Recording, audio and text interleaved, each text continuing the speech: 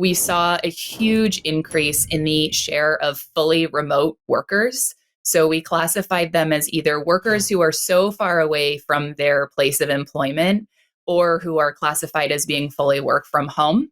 And the share of workers who are fully remote has increased by 240% since the pandemic began. And most of that increase has happened right on top of the start of the Great Resignation as of last summer, which again aligns with lots of surveys that we have done and others have done showing that flexibility is the number one most important factor behind pay in terms of whether or not folks are going to take a new job, right, as they are thinking about switching, which really has implications for talent attraction and recruitment, right, and whether or not you can get the right kinds of talent into your business.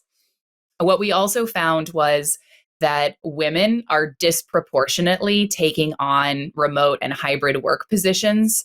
So, and that is true across most industries that we looked at. And especially it is also true in areas where you don't think about work from home or hybrid or remote work as being particularly possible. So like retail or tourism and accommodations, right? These are industries that we think of as being sort of fully in person or not amenable to remote work.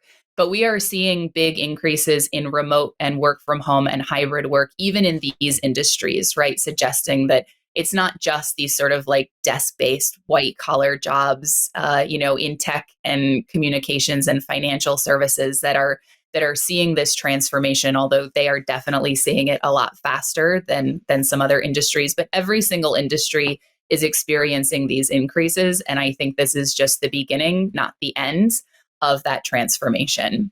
We also did see that every single state has also experienced at least a 10% increase in the share of remote work. And that I think really tells us that this is a broad-based transformation. It's not just happening in California or New York. North Dakota actually was the state with the highest increase in the share of fully remote workers, followed by Arizona and Arkansas. So this transition really is happening everywhere and is going to have impacts for small businesses across the board. Folks have been watching way too many Ozark episodes, and they're relocated to Arkansas.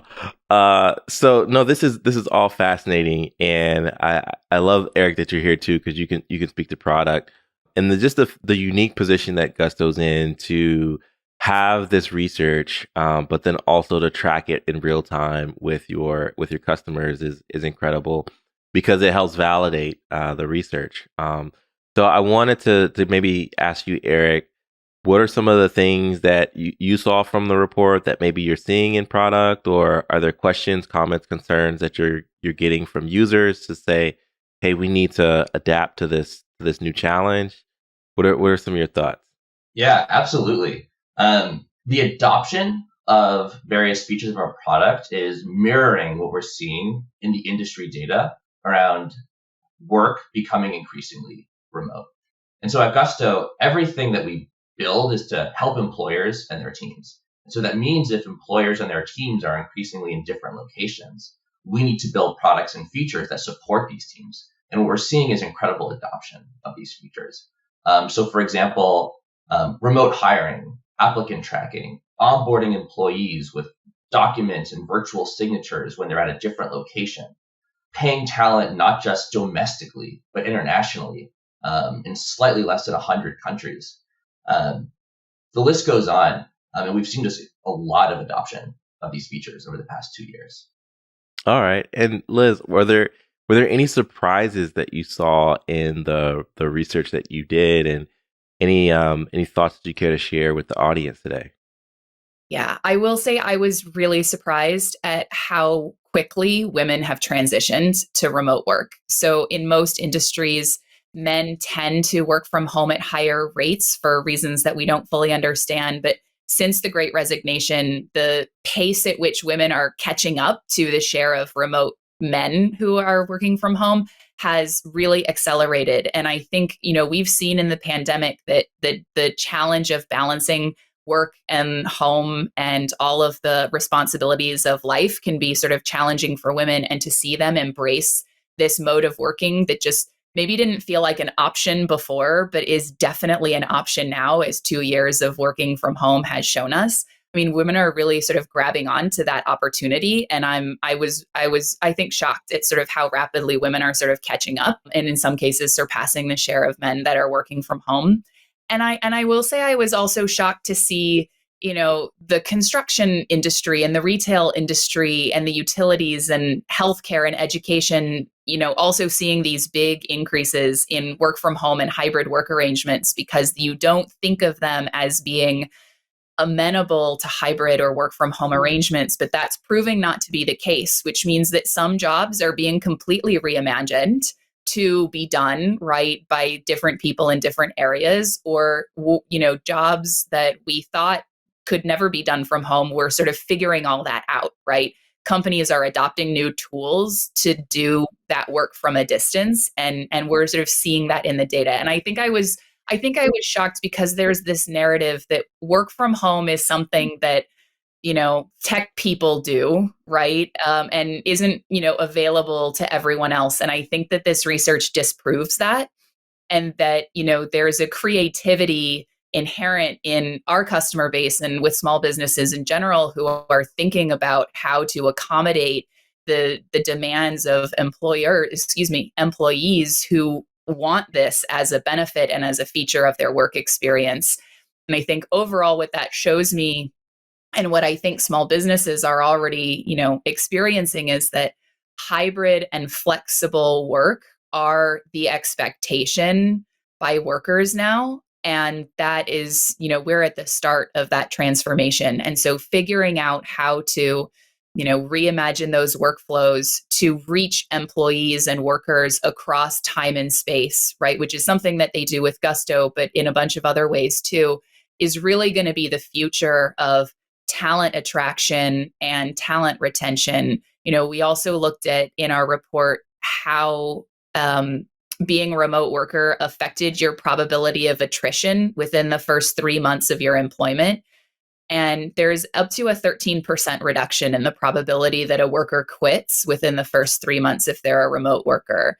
And so if you have, a highly skilled worker on your staff, that can be tens of thousands of dollars in terms of replacement costs and lost productivity. So there really are business impacts here for thinking about that transition.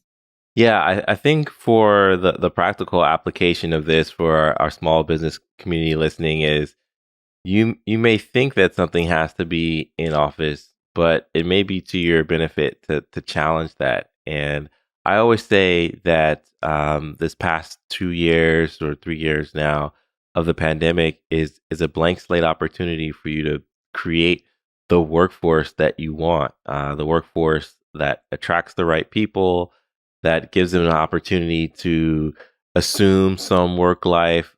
I hate the word balance, but some management of work life in better ways. And so this research is just doubling down on that to say hybrid and remote is the way to go. You touched a little bit about this with regard to retention being a big deal. And I can give you a story. We were interviewing someone to join our team, and we've been fully remote since 2011. So it's not a new principle for us. But they were like, yeah, I work at a Fortune 500 company, trading in the SAP is one of the FANGs. And I just moved 50 miles away into the mountains and I don't want to go back. So I'm entertaining remote opportunities. That's just a story, a case study, but can you speak to maybe some of the research that you've seen? And then Eric, I'll ask you about product and how that's complementing it. Yeah, I mean, I think your anecdote is really emblematic of, a lot of experience that businesses are having right now. So we definitely know from survey research and also from this data that, so for instance, we'll have a forthcoming survey, but I'll share the result here since it made it into the report, that of workers who were considering applying to a new job, 1 in 3 of them would not have applied to a job if they knew that it could not have been done remote or hybrid, because they value that flexibility. So to your point, even from a talent acquisition strategy, offering that flexibility is becoming more and more important to workers as they think about whether and how to switch jobs. And we've also seen that in case studies of our own customers, right? So one example is ApproveMe.com, which does like document preparation and document management for small businesses, and they needed to rapidly expand as all these processes were being digitized during COVID, and being able to hire from anywhere for anyone, right, remotely, really just cut their time to hire. And with Gusto processes, they could reach people from across multiple states and across multiple jurisdictions to really bring in people quickly. And if you're a rapidly growing business, right, the ability to bring people on as fast as possible to fill, the gaps that you need filling was really critical. And I think we're seeing that both for, businesses that don't necessarily need to grow, but do need to get the right people in who have the right knowledge and skills, but as well businesses that have, big growth plans or are growing very rapidly. It's even more critical for them to be able to get the best people they can, up and on board and running as fast as possible. And we're seeing that in the data, and we're also seeing that anecdotally, like in the story that you just shared, and also, in our own customer base. Yeah, Eric, you have any thoughts? Yeah, of course. When I talk to our customers, every customer wants to do right by their team. Every customer, every small business wants to empower their team. And so our job building Gusto is to break down barriers for them to do what they feel is right for their teams. And so from a product standpoint, what we've seen is more and more employers hiring employees in remote states. And so, for example, what we do for them is we'll help them register as an employer in that state to make it easier for them to expand geographically and hire employees where the employees want to live. We've also seen employers want to put more control and better empowerment in the hands of their teams to give their teams what they need.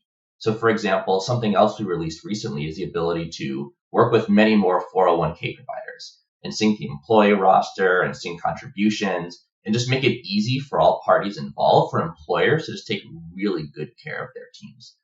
Similarly, we have Gusto Wallet, which gives employees on our platform a number of tools to just help them be successful in life.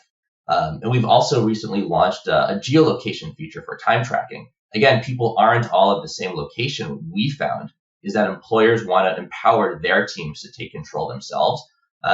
Again, to give their teams what they need and what they want in the increasingly remote world, which is the future, as Liz has been saying.